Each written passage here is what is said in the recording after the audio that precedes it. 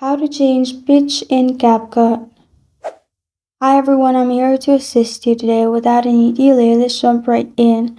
First, open CapCut. Click on the video or picture you're editing. Then, click on the video on the timeline and scroll to the left.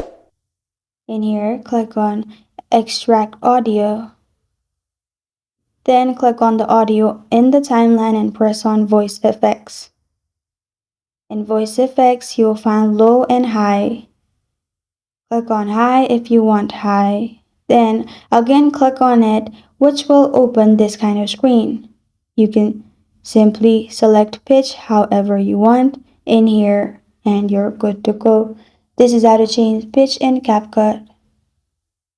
Thank you for joining me today. If this video helps you out, please leave a like and subscribe for more. Got a question or want to suggest a topic? Comment below. Thank you for watching.